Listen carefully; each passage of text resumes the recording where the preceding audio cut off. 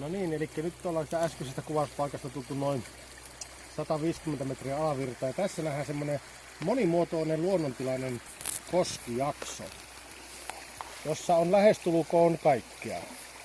Eli siellä näkyy toisella puolella tätä pajukkoa, joka tulee tähän veen päälle asti, eli se varjostaa hyvin ja antaa myöskin ravintoaineita, sääskiä, hyttysiä ja kaikkea tämmöisiä pienille poikasille, jotka lymyilee tuolla pehkojen alla. Tässä on suojakiviä, syvempiä kuoppia tuolla mutkassa noiden isompien kivien ympärillä, mitkä tulee tyvenempi. Siellä on varmaan loppumetri vettä.